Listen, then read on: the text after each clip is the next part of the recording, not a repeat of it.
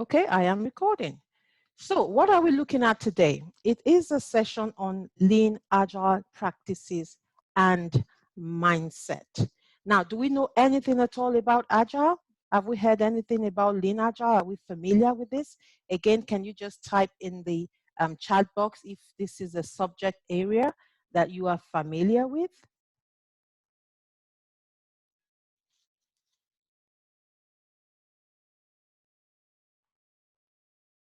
Okay, familiar with concepts, but not much more. Okay.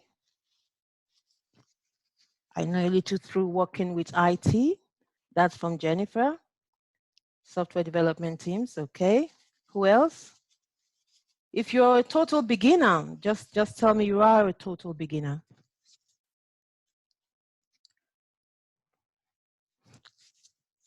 Okay. A bit about it. Okay. Fantastic. Cool.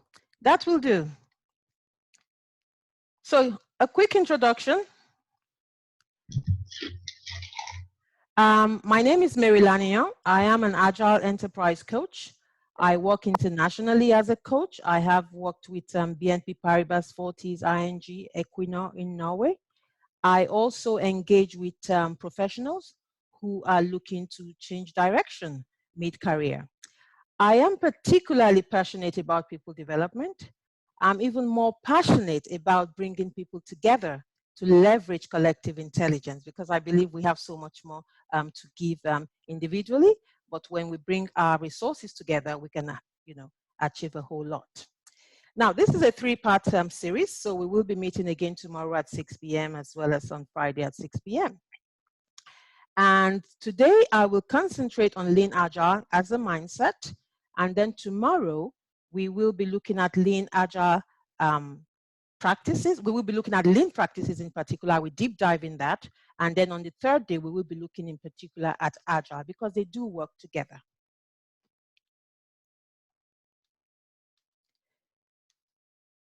Now, why are we investing our time looking at this? For me, especially with what is happening around us, we really do need to make that shift into more flexibility, more, should I say, more emotional intelligence and all of that, because organizations will benefit a lot from that. Small businesses will benefit from it. Even individuals will benefit. And it is important that we learn something new. So for me, there's, there's enough to take away today, whether you're running a business, whether you're a leader in your organization, or whether you just want to improve yourself.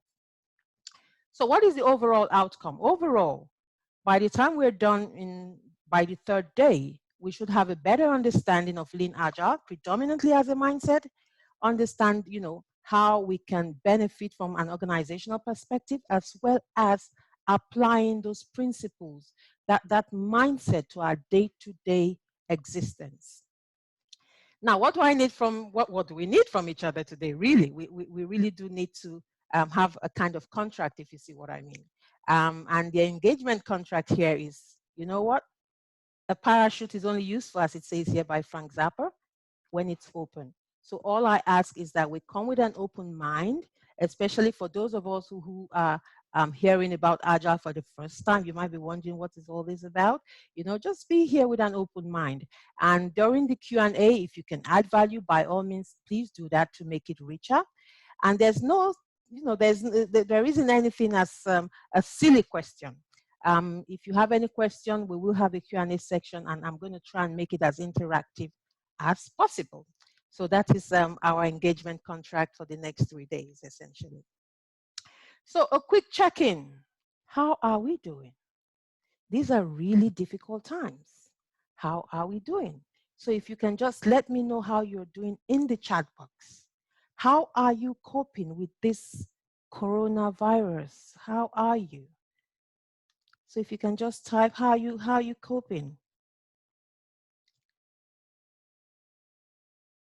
Yeah, one day, how are you coping? Kevin, how are you coping? It's been 6 weeks. We've all been on lockdown, working remotely, huge change. Kevin, you're coping well, going out once a day. Okay, cool. I go for my morning walks as well, just for about 30 minutes. I know I can do more. Doing great, Ernest, fantastic. Come on, guys, how are we doing? Highs and lows, of course, that is normal. We're all human. We do have good days and bad days, absolutely. Yeah, good days and bad days for sure. Okay, nice to see that we are mostly coping, and that is the great thing about humans. We are so adaptable. We are so adaptable. Although it's not always easy, but we are adaptable. So well done, and I'm happy to hear that we're doing great. Okay, let's kick right in. Let's go back a few decades. Let's go to the Industrial Revolution. Now, during this period, we had relative stability. We started jobs and we, retired on the job. So we had a job for life. Work was predominantly repetitive, and we had a leadership that was predominantly command and control. And it worked. It worked during that period because the nature of the job was such that command and control worked. People were predominantly paid to use their hands. So leadership wanted people to be there on time. They were working on the, manufacturing floor. People, engaged in the same activity practically every day because it was repetitive. But things have moved on. We have moved on. We are now talking about the knowledge economy. So today, people are predominantly paid to think. People are paid to think, and not just to think critically, because things are constantly changing. The environment is constantly changing, and you're required to be innovative as a knowledge worker because competition is tough. The moment you slack, your competitors will take over, and before you know it, you're out of business. So people are paid to think critically. Now, talking about being paid to think critically, we don't work in isolation, so which means we have to work in a team. And like I said before, one of the things I love about what I do is the opportunity to bring different people together, enable teams, work with teams, because we all bring very unique qualities to the table. Now, when we leverage that collective intelligence and experience, it's amazing what we can achieve together. But it's not always easy working in a team, but we do achieve a whole lot together. Now, when we talk about having a team working together, we need to be able to challenge one another. We need to be able to think in a very divergent way and then converge and come to a consensus. We need to be able to leverage constructive conflict. Conflict is not always a bad thing. It can be constructive, and we can leverage that.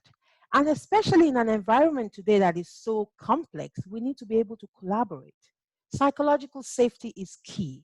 And when we talk about psychological safety, we're talking about creating an environment where people can feel free to express themselves, where people can say, hey, I don't understand this, or I think you're doing something wrong, and we can actually work together without fear of reprisal. Emotional intelligence is critical because in order for us to be able to, work properly in a group, we must be aware of our own emotions as well as emotions of others, okay? We need to be able to empathize. So these are qualities that is needed today, even more than we ever needed them. Now, talking about the Industrial Revolution, talking about the knowledge world today, it brings us to what we call a VUCA world, which is where we are today. Okay, a VUCA world is one that is volatile, uncertain, complex, and ambiguous. Okay, and we've been talking about this for a while. Those of you who follow me closely, you know at every opportunity I talk about the VUCA world because we need to then adapt to suit this ever-changing environment. Okay, now the critical question here is we have moved on from the Industrial Revolution era. But has leadership changed fast enough? We are no longer in the command and control era, but has leadership changed fast enough? In a VUCA world, do we have leadership that is progressive? And you would think the answer is 100% yes. The answer is not really, okay? We still have leaders who are currently in a VUCA world, but still have the mindset of a leader in, during the, of an industrial revolution era. And the consequences of that is this. When you are in a knowledge economy, where you are predominantly paying people for their brains, but you are not creating an environment in which they can exercise the use of that brain, then you might end up with some fatalities. And we have seen that happen already. And that's why I said things have moved on, but leadership has not totally shifted to suit the VUCA world we are in today. Nokia is a recent organization. I mean, they should be the one running the show today, but they are not the one running the show. Kodak, do we remember Kodak? Do we remember BlackBerry? Wells Fargo, there was a scandal recently because they set targets that were just so unreasonable. And instead of the workforce to complain, to say, hey, this target is unreasonable, they started gaming it. 1977, we had there was about 583 fatalities, KLM. People died because a junior pilot could not challenge a senior pilot. The junior pilot knew for sure that they hadn't given them the all clear. And he said to the pilot, you haven't been given the all clear yet. And he said he knew. And that was the end of the matter. And he thought, he was going to do the right thing, but he never did. To cut a long story short, 585 and 83 fatalities because a junior pilot could not really bring himself to challenge a senior pilot. And more recently, we have the Dieselgate in Germany, where again, an unreasonable target had been set. This target, was impossible to achieve. But instead of people to complain, to say, hey, boss, this is not achievable. Instead, they started gaming it. And we all know what happened after that. Eventually, they got caught, and about 10 million cars were recalled. Okay? Imagine the damage to the reputation of that organization. They're going to have to spend a whole lot of money to try and do some damage control. Imagine the loss that they would have incurred. So as you can see, when there's no psychological safety, people do not want to take interpersonal risk. People will keep quiet. So there you go. Fear of interpersonal risk. I'm not the one to speak. I'm not the one to be embarrassed. My voice is not valued. Okay? So as a leader in a VUCA world today, we don't want to be that kind of leader where you create an environment where people, are afraid to speak. They are afraid to speak because they don't feel safe. They don't feel their voice will be heard. They don't feel you value their experience or their knowledge. You are, one of those bosses who believes he knows it all. So a quick, interaction here. Based on what I have just shared, the fact that we're no longer in the industrial age, the fact that we're now in a VUCA world where there's so much changing so quickly, what leadership style or styles and behaviors do you think is best suited or are best suited to a VUCA world? If I can have your responses in the comment section. What leadership style do you think is best suited to a VUCA world? Okay, collaboration, trust, and empowerment. So that's like a participative kind of leadership, open door policy. I like that. Situational, I like that. Yeah, one day. What else? What kind of leader would you want to be in a VUCA world? Flexibility, absolutely. Participative leadership, freestyle policy, decentralized. I like that, decentralized, because one of the things that kills countries and businesses is over centralization. I mean, of course, we cannot decentralize everything, but as much as possible, we want to give power to people who, who are at the point where some certain decisions need to be made. Authentic leadership, I like that. Yeah, facilitative leadership. Thank you very much. That's fantastic. Indeed, that's the kind of leadership we want. We don't want a leader that is just saying, you know what, I'm the leader, I'm the boss, everything I say goes, follow me. Instead, we're looking for leaders who see themselves as, someone who is equally developing leaders. It's not just about people following me, okay? Today, we have a lot of that on social media, just follow me, okay? It's not just about following me. It's about, how can I help you develop? How can I help you get better? So we want to move from left to right. We want to move from hierarchical organizations to a much more flatter structure. We want to begin to see leadership as not just a position, but something that involves your action and you setting an example. It's not just about power and control. So it's about developing other leaders. Okay? So this is what we're looking for today. Okay? We're not looking for command and control. Now, having said that, let's dive into lean and agile. What is lean? What is agile? Now, I've kept the definitions very, very simple. Lean is removing or minimizing waste. And this is something that Toyota did very, very well. Okay? Removing or minimizing waste. Agile, on the other hand, is iterative product development. And this started in software development. Now, on the third day, we're going to concentrate on Agile. But all I need you to know for now is that Lean is about minimizing or removing waste, and Agile is about iterative product development. And if we talk about iterative product development, what we're essentially saying is that instead of developing the whole product, which will take 1 year, I will look at what you need immediately and I will deliver that. And then I will move on to the next phase and deliver more functions until I have the entire product delivered to you. So that way, I deliver value to you quickly, okay? And you can begin to benefit from that little value that I have delivered to you. So that is what Lean and Agile is all about. Now, looking at it in a little more detail, when we then bring both ways of thinking and working together, you know, it's like two sides of a coin, okay? What do you get? You get fast feedback. You get systems thinking. You become more customer focused, and you then start thinking about how to continuously improve, okay? How can you deliver faster and better and cheaper to your customers?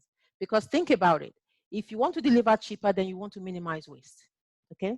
How can you very quickly discover what your customers need? Because most of the time, sometimes customers don't know what they want.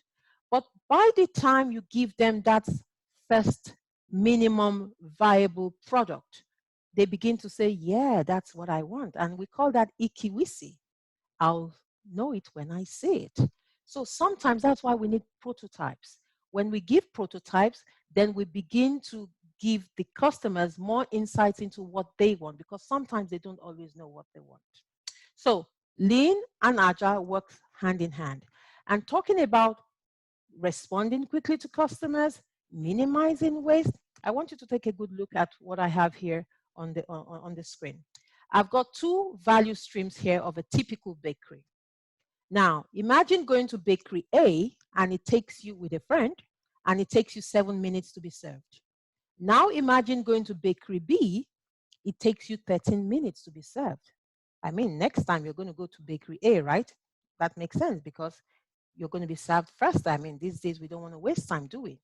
Now, what you see here is what I can probably call the value stream of the operational side of the bakery. So if you think about a bakery, we have the back end where the actual baking gets done. And then we have the front end where people are actually being served. So if we use this as a typical example, here is a shop floor of a bakery. We can see two people waiting there. So based on how long people have to wait, that might determine how long it takes for people to go through, you know, picking up something to buy and then, you know, paying for it and sitting down and enjoying what it is they have bought. Now, if people stay on the queue too long, as a business, you need to start asking yourself, how can we make this queue shorter? That is what this is all about. We call it a value stream. So from time to time, as a business owner, you want to investigate your value stream to minimize waste. Waiting is waste. It's not just about waste of materials. When people are waiting, we call it waste, okay? Because that is time that can be spent doing other things. So you want to make sure people are not waiting. You want to make sure there's no waste in your system, because what makes your business different from other people's business? I love this quote here by Richard Branson. Never go into business purely to make money. If that's the motive, you're better off doing nothing. Because the critical question here is, what makes your business different? So if I go back to the value stream of bakery A and bakery B, what's going to make them different? They probably both sell good quality products. Okay, but if as a customer, my experience with B is that I'm always waiting too long, then I'm not going to be happy as a customer. So when we're in business, we must think beyond the product or service we deliver and see ourselves as delivering an experience. So it goes beyond your product now.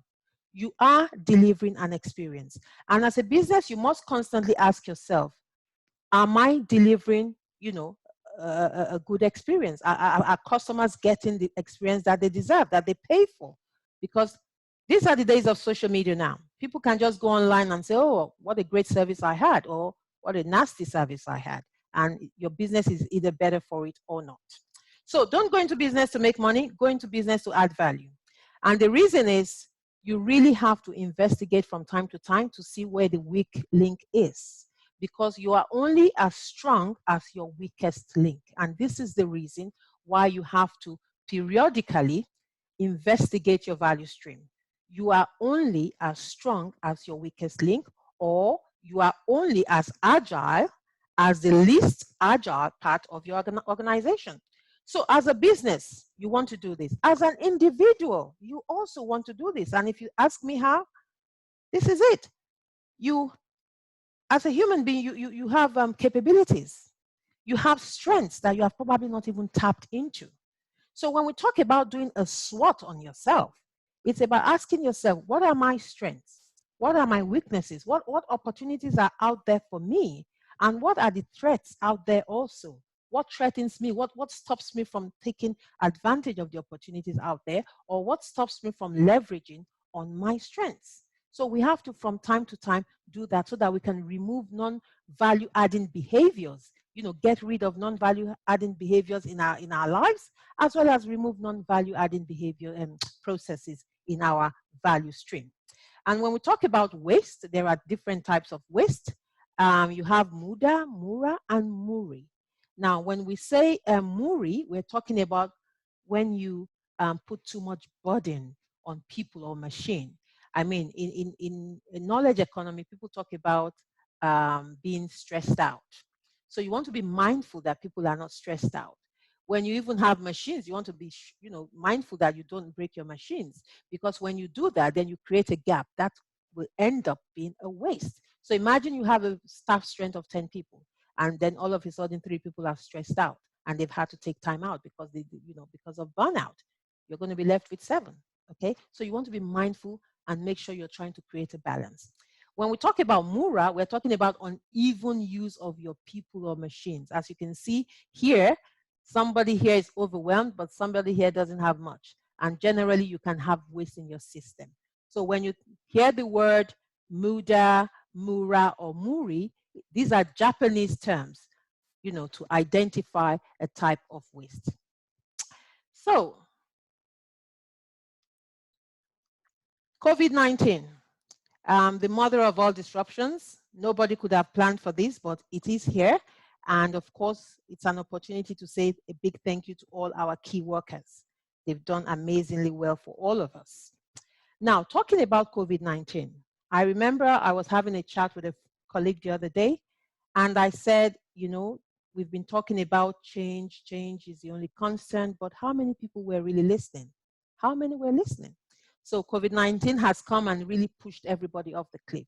So before COVID-19, we talked about change a lot.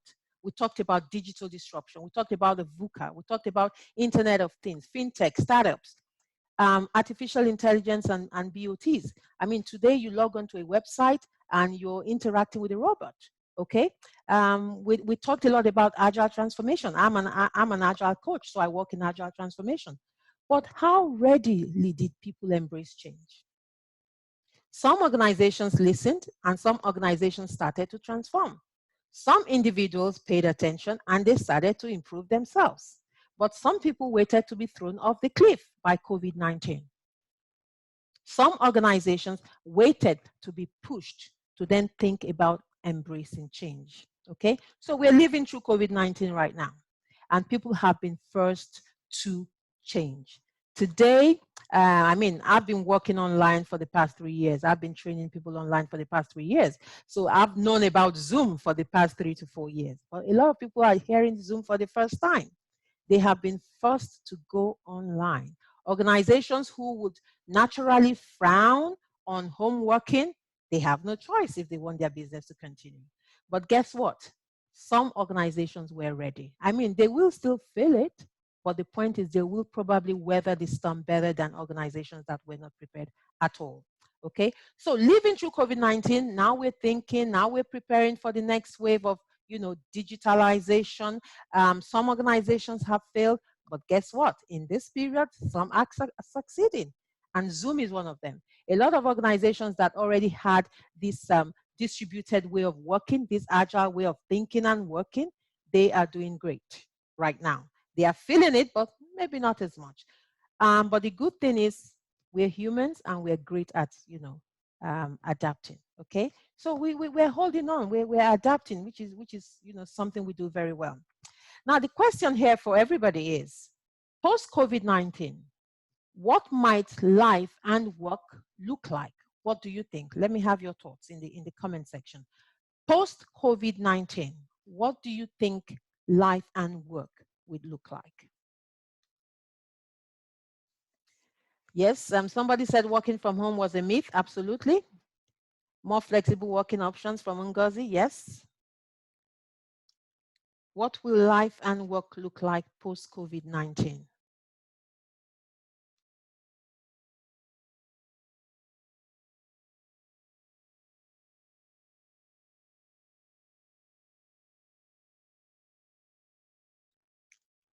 I deliberately didn't put it in slide mode, Malay. I wanted it to be in this mode. Thank you. Okay. So what will life be like? Different, hot desking, yes. More focus on work-life balance, yes. More people will demand to work flexibly, absolutely. Absolutely.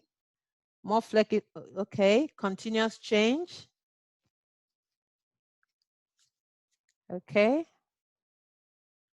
Yes, continuous change. Fewer offices, absolutely, because organizations who were frowning on home working will suddenly think, you know what, we actually don't need to pay all this money for all this office space.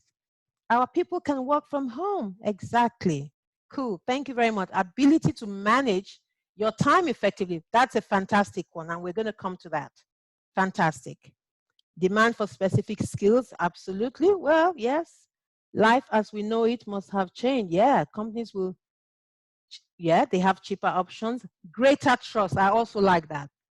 I also like that because we need to trust that people can work on their own. We need to trust that people can work on their own. That's very, very important. I like trust because that's all about psychological safety. So indeed, I do agree. We need more emotional intelligence. We need, people to be open to change. We need to take more risk, less competition, more collaboration.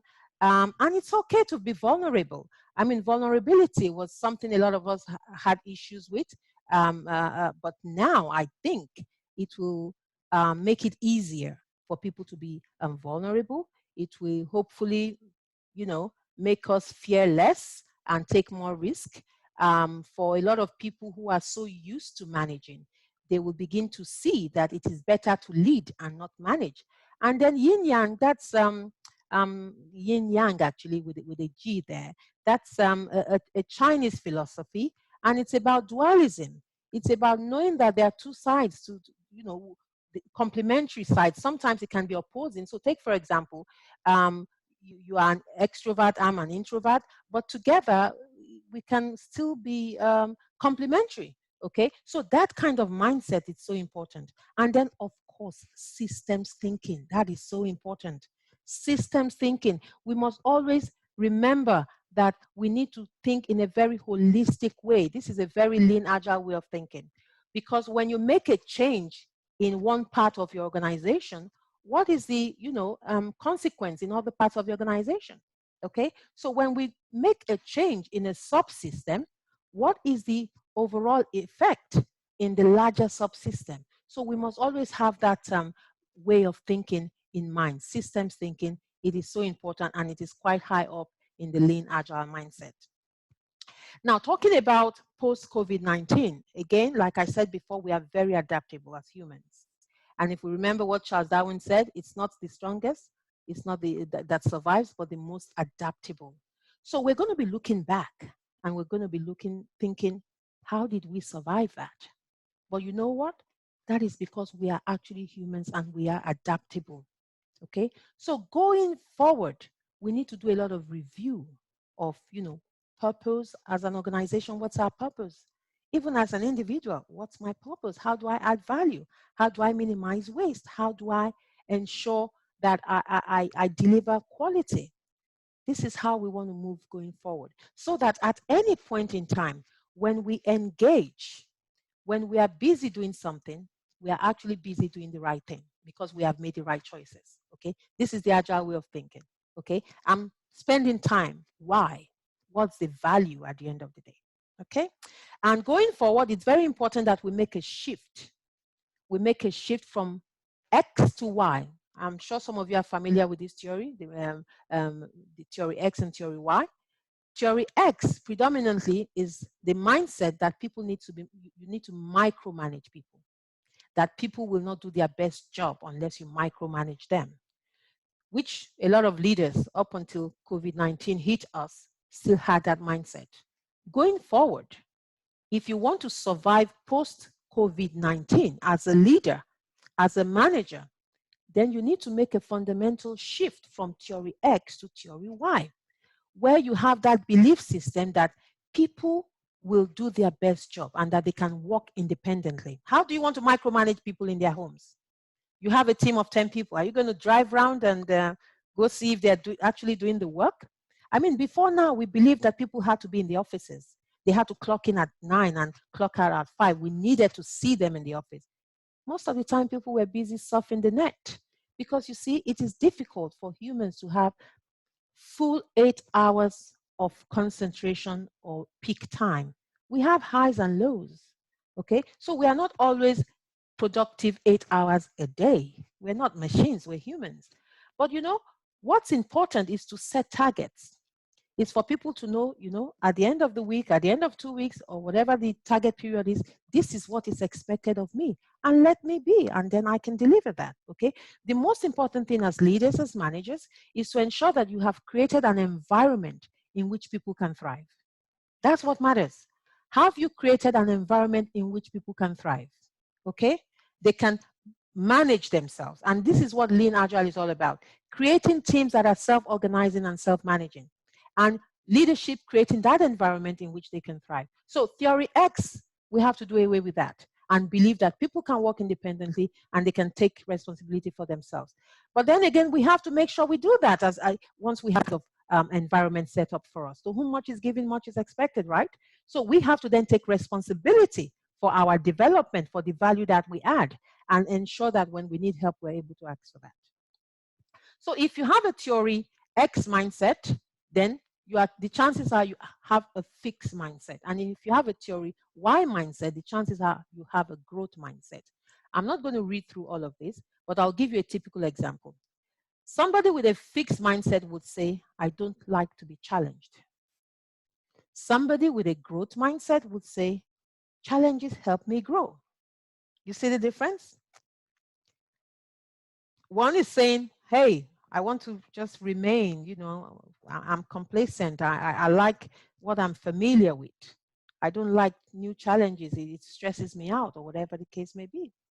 But somebody with the theory Y mindset is saying, bring it on. I like to try new things because that is how I grow. So essentially, this is where we want to be.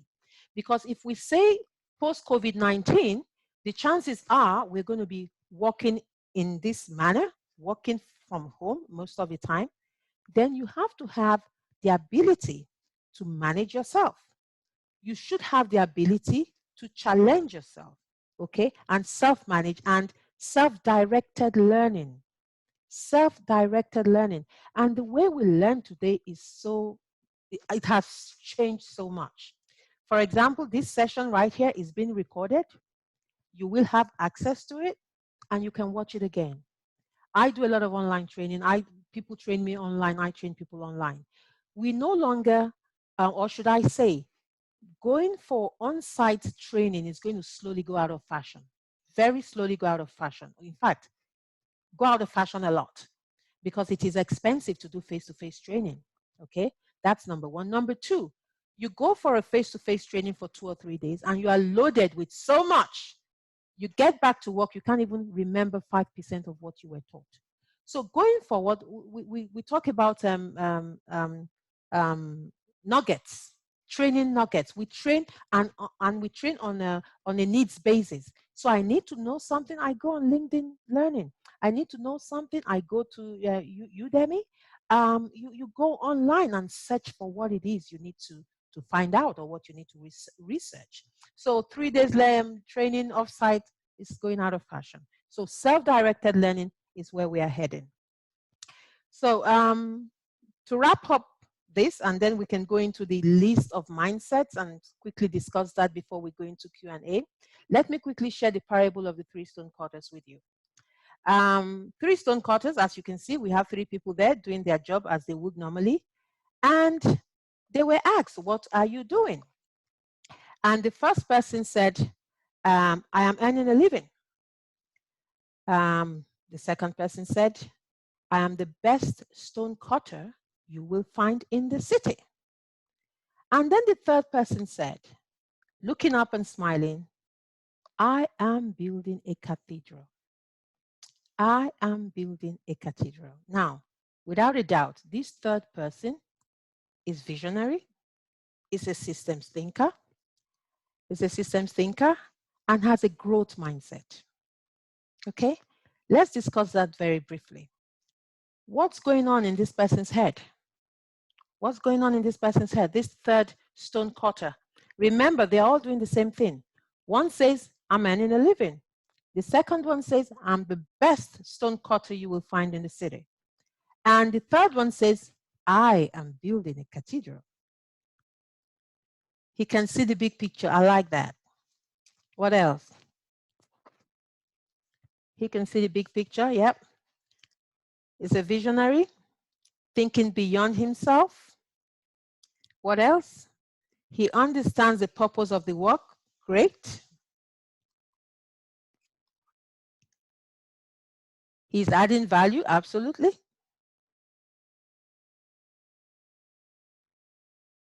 What else? There's more. He enjoys the work. Yeah.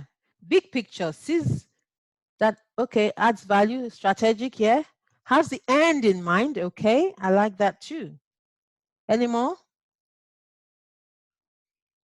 Okay, cool. Yeah, has the end in mind, strategic, positive, open-minded. I like that holistic approach. Fantastic. That will do. Now, when we look at the picture of a cathedral, obviously it takes a team to build a cathedral. And cathedrals are structures that transcend generations. Okay? This third person is thinking beyond himself, is thinking beyond today. This is greatly lacking in society today. We want immediate returns. We want immediate returns. We are not often thinking beyond. We are not often thinking, from a holistic perspective. Going forward, we need to do more of this. Post-COVID-19, this is the mindset that will work for you and I. Going beyond the now, going beyond what's in it for us. Of course, it's important to know what's in it for us, but going beyond that and having that holistic view, systems thinking, it is a lean, agile mindset. So what I have here is a list of lean, agile mindset, and I think this might take us about 7 minutes to go through, and then we can open up for Q&A. I've just mixed it all together. So the first one here says, start leading and stop managing. And we're not talking about, I'm a leader, follow me. We need you to be a servant leader. And as an individual, we need you to know that with autonomy comes responsibility. Okay? With autonomy comes responsibility. Leadership is a function, not a position. Everyone can be a leader. Think of your sphere of influence. I always find it interesting when you see people who haven't even done anything in their community and they want to go and change the world. Change with one, start change with one person. Consider your immediate sphere of influence. We can't change the world, but we can have a huge impact in our communities. Knowing that the whole is greater than the sum of its parts, appreciating what everybody brings to the table, okay? It doesn't matter how much I do and how little you do, as long as we're a team, the whole is greater than the sum of its parts. Systems thinking, we just talked about the three stone cutters. We need to think beyond immediate and present benefit. What is the long-term goal? What is in it for the next generation? We need to think like that. Gemba walks, go and see for yourself. As a leader, don't be so far from, the people who are actually engaging with the work. Because you see, sometimes within organizations, we usually have three layers, the C-suite, the middle managers, and the people on the shop floor. But guess what? The people on the shop floor, they're the ones that are closest to your customers. They know what their pain points are. So it's important that you often take a walk and engage with people who are working with you. By doing that, you're actually being authentic. Somebody said something about authenticity earlier on when we talked about leadership style. You are actually being authentic. Okay, so take a walk, don't be too far, because sometimes the middle management, they create blockers. They tell you what you want to hear. Okay, especially if the environment is not that safe, they tell you what you want to hear. Strategy should be all inclusive, not just top down, but also bottom up. Because like I said already, the people on the shop floor, they know the pain points of your customers. Okay, they know where the gaps are. Respect is earned, not demanded. And of course, it is reciprocal. Create psychologically safe environments. Play your part as an individual in giving candid feedback. Now, we often say we want something, but we also have to ask ourselves, what do we make to make it better? So if we're talking about creating an environment that is safe, you also have to ask yourself, what are you contributing to make that environment safe? You might be complaining about a boss, but here you are gossiping about somebody else within the organization. It's so easy to point a finger, isn't it? So we need to consider these things. Sustainability as a strategic focus, not an afterthought. We live in a world today where, there's so much going on in terms of, ocean plastic, need for recycling our waste. So as an organization, what is your corporate social responsibility to ensure that, sustainability is part of your strategic focus? Okay, we need to change our behaviors and habits, because those little habits we have locally, they have far-reaching consequences globally. We need to create an environment that fosters innovation and learning. I talked earlier about how we are now in a knowledge economy. We are no longer in the industrial age. So you have employed people to tap into their brains, but here they are. You're not creating an environment in which they can use that brain you are paying them for. So we need to be willing to share knowledge as well and mentor people. Identify impediments and improve flow. Okay, review your value stream as frequently as needed. I use the bakery as an example. You have a bakery, okay, and you have competition. Someone comes to your bakery, they spend 13 minutes. Somebody goes to another bakery, they spend 5 minutes. You're going to lose business very soon.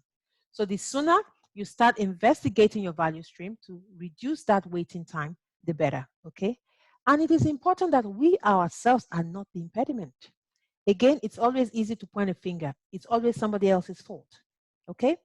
We need to be sure, especially as leaders, that we are not the impediment, okay? But it takes a leader who is aware of his own emotions, aware of, everything happening around them, to know whether they are the impediment. It takes that much to know that.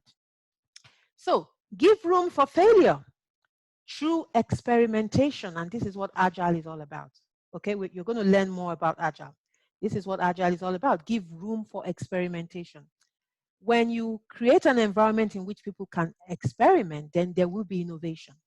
But when people are afraid to fail, then they're just going to do the minimum and get paid. And they will be your stone cutter number one. They will just work for a living and go home at the end of the day. No innovation, nothing exciting. Okay. And in that sort of environment, when things go wrong, it is then important that we take responsibility and report it quickly. Give time for creativity. Do not use full capacity on business as usual. And this is something Google is fantastic at doing. Google will let you take 20% of your time to be innovative. And believe it or not, some of their products have emerged because people were given time to just play, to experiment, go and do what you like to do the most. And Google, have ended up with products that way. Courage to talk about the elephant in the room. I work as an agile coach, and this is a huge challenge, okay? There's a problem, but nobody wants to talk about it because we don't want to rock the boat. We don't want to upset somebody. We are afraid of leadership, whatever the case may be. But it is usually an invisible blocker, but it can be very damaging. So courage for us to speak up, but we can only do that if there's psychological safety, okay? And when we have the opportunity to do it, then we need to be candid so that because we're thinking of the outcomes, it is important that we're candid. Empathy. Try and walk a mile in somebody else's shoes. We're all human. And then, of course, we need to work on developing our emotional intelligence skills. Okay? So, based on what we've just covered, if you're not creating leaders, you're creating waste. It means you're not leveraging the capabilities your people have. And if you're not creating leaders, what form of waste is that? Do we remember? What form of waste is that? If you have people and you're not using them, it's a form of waste. Do we remember what form of waste that is? Is it Muri, is it Muda, or is it Mura? Let's see if you remember. What form of waste is it? Remy said, Muri, no, it's Mura. If you're not creating leaders, you're wasting capability, and that is Mura. However, we are slowly coming to the end of my slide presentation, and then we will have time for Q&A. Yes. So what I'm hoping that you take away from today is to start thinking of where and how you can minimize waste and start improving. Where can you minimize waste and start improving? Now, you might be thinking, how am I wasting? If I have a skill and I'm not using that skill, it's a waste. And this COVID-19 period is a time for reflection, for us to really say, you know what? I need to start thinking what else I can do. Unfortunately, there's going to be huge job losses. That is already happening. Organizations are already filing for administration. That is unfortunate, but it is a fact. So how can we reinvent our businesses? How can we reinvent ourselves? How can we investigate our value stream and remove waste? How can we investigate our value stream to make sure that we do not have processes that do not add value? We want to ensure that our processes are lean. That's why we call it lean. It's like saying you want to shed weight. Lean. How can we make our processes lean and efficient? Now, the reason lean and agile works together is this, and works well together. With lean, we're thinking about making our processes, less wasteful and efficient. And with agile, we're talking about speed. Okay, now we have a lean process. How can we then use that process and deliver value quickly? And that is where the iterative development comes in. So tomorrow, we will then zoom in on lean. And on Friday, we will look at agile. Okay? We've come to the end of my session today, but just before we go into Q&A, I have a group called Employee Agility for people who want to continue to engage with me on Facebook. Do a search for Employee Agility, and I'll be happy to engage with you. So that takes us to the Q&A. And please, like I said before, there are no silly questions. I hope what I've covered so far makes sense. First of all, does it make sense to you? Do you get it? Let's go to the chat room. Do you get it? Okay, good. Because that's the first step, that you get it. Lean, agile. Lean is about waste. Agile is about iterative development. And in particular, we have looked at some of the kind of mindset that we need. The mindset that we need to thrive in this kind of environment today. We talk about the environment being a world of VUCA. Okay, COVID-19 has come and taken VUCA to another level. So now time for Q&A. What are your questions? Fire away, please. What are your questions? Okay, please explain Muda, Muri, and Mura again. These are forms of waste. Muda, Muri, and Mura, these are forms of waste. And I'm just going to bring up the slide again. There you go. Okay, now Muri is when you put unnecessary burden on machines or people. Mura is when you have uneven, should I say, spread of work. So some people are playing games on the computer and some people are overworked. And Muda is when you just have waste anywhere along your process. Okay? Okay, I hope that clears your answer. Your question, beg your pardon. Please, okay. Could you please share the deck? I will share it. With Lean and Agile, won't we have a situation where fewer employees are required in an organization? Not necessarily. Now, let me take you a few years back when we started using the personal computer. When we started using the personal computer, secretaries, they were afraid. Secretaries were afraid, oh, we're going to lose our jobs. You know, we're going to lose our jobs. But guess what? When things will always change, that's a given. When things are changing, new things also come up. Okay.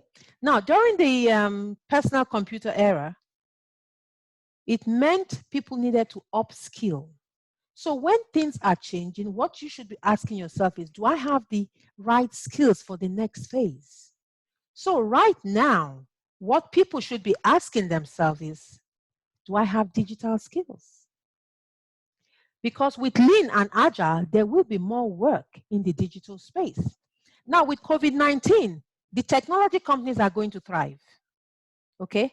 Now, right now, we don't have, there are a lot of shortages of certain skills in technology. Some people shy away from it, but there's a lot going on in the technology space. So we just need to ask ourselves, where is the next, boom coming from? Where do I need to skill up? So for example, customer services is going to be a huge area. It's going to get even bigger. And I'll tell you why. We are all shopping online now. We are all shopping online. Digital marketing is going to get bigger because we are all online. And they want to make sure that they give you the right experience. Okay?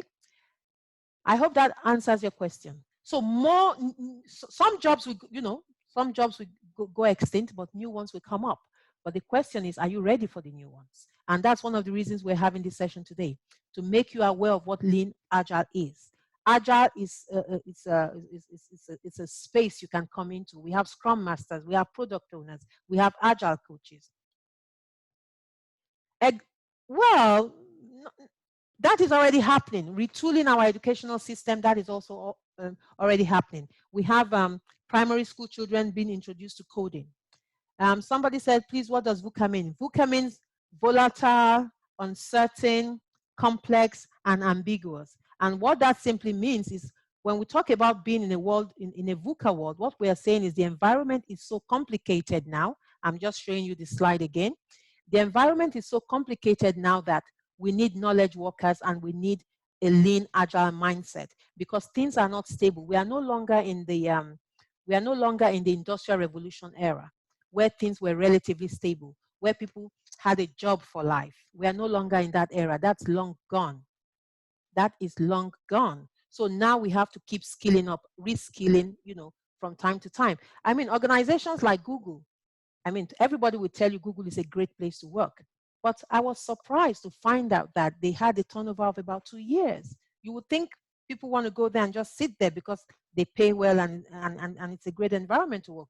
But people are skilling up. People are jumping. Millennials are jumping because they want to learn something new. They want to go to a new environment and see what makes it different from the other environment. So yeah, we just need to skill up, and that's why we're here today. How best can we address the elephant in the room when you believe in a bottom-up hierarchy? Okay, I'm not surprised this is coming from Yemi. You see, if you are a leader, a 21st century leader, then you should know that your shop floor workers are important to you. Now, there's a program called Undercover Boss. I don't know if you guys are familiar with that. It's a great program. I never used to miss it. Now, a boss, the real top guy, will dress up and disguise himself and pretend to be coming for some internship or coming to learn something from one charity. just because they feel they are not getting the upward feedback because of that middle layer, that middle management that is telling them what they want to hear. So they are doing the Gemba walk. They are going down. They are going to see for themselves, okay, so that they can hear firsthand what the challenges are, both for the employees and for the customers. So it takes a particular kind of mindset to talk about the elephant in the room. It will require, leadership taking the lead in creating an environment of psychological safety, one in which people can express themselves. So for this, I would say leadership needs to take the lead, okay? But then again, it's a responsibility for everybody. If for you, you feel you want to be able to work in an environment that is safe, then you need to then, emulate that kind of behavior. You'll be surprised. We have what we call informal leaders. We have informal leaders. Okay, they do not have that position, but people believe in them. They are influencers because of the kind of, character that they have, the kind of behavior that they emulate. That's also why staff-engaged surveys are important. Yes, Yewande, very important. And I can see Yewande is in HR, and she's talking about employee engagement. From time to time, you can throw out a survey to say, hey, guys, what's going on? What are your concerns? What can we do for you? What can we do better? And actually act on it. It's not just a case of doing that survey and collecting this data, but actually acting on it. Because when you ask questions and you act on it, then you're going to start creating trust. Okay, you're going to start creating trust. How best can we position ourselves for leadership, especially in the 21st century? There's a lot happening.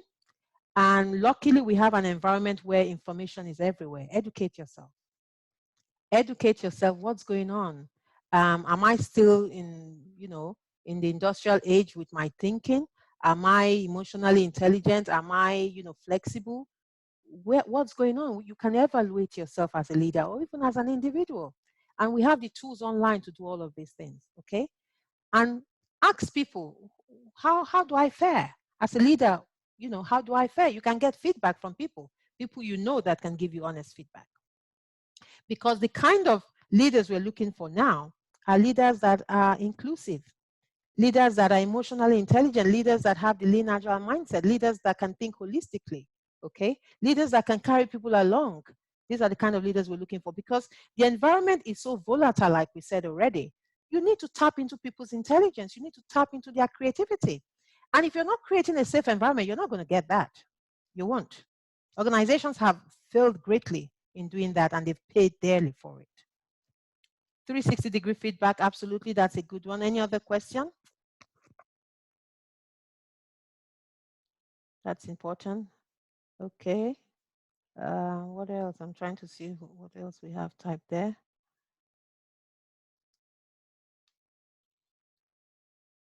The Facebook page is called Employer Agility if you want to join. It's a new page. I haven't got much there just yet, but eventually I'm going to be sharing a lot of content there. It's called Employer Agility. Okay, Kevin, thank you very much. See you tomorrow. Okay, what else? Another question? Do we have another question? Have I missed anything? So as a leader, the best way to position yourself is to educate yourself, improve yourself. Ask yourself what's the best way for me? What kind of leadership is required of me at a time like this? Okay, so tomorrow we're going to, thank you, Obi. Tomorrow we're going to dive into lean. What is lean? And on Friday, we're going to be looking at agile. The elephant in the room is a major problem, absolutely. Especially in the public sector, absolutely, it is. It is, and people want to keep their jobs, so they'll just keep quiet. Okay. Okay, thank you, Remy. Okay, that's it. We're done for today if you don't have any more questions. Any more questions at all? Did I miss any question? Please type your questions again if I missed anything.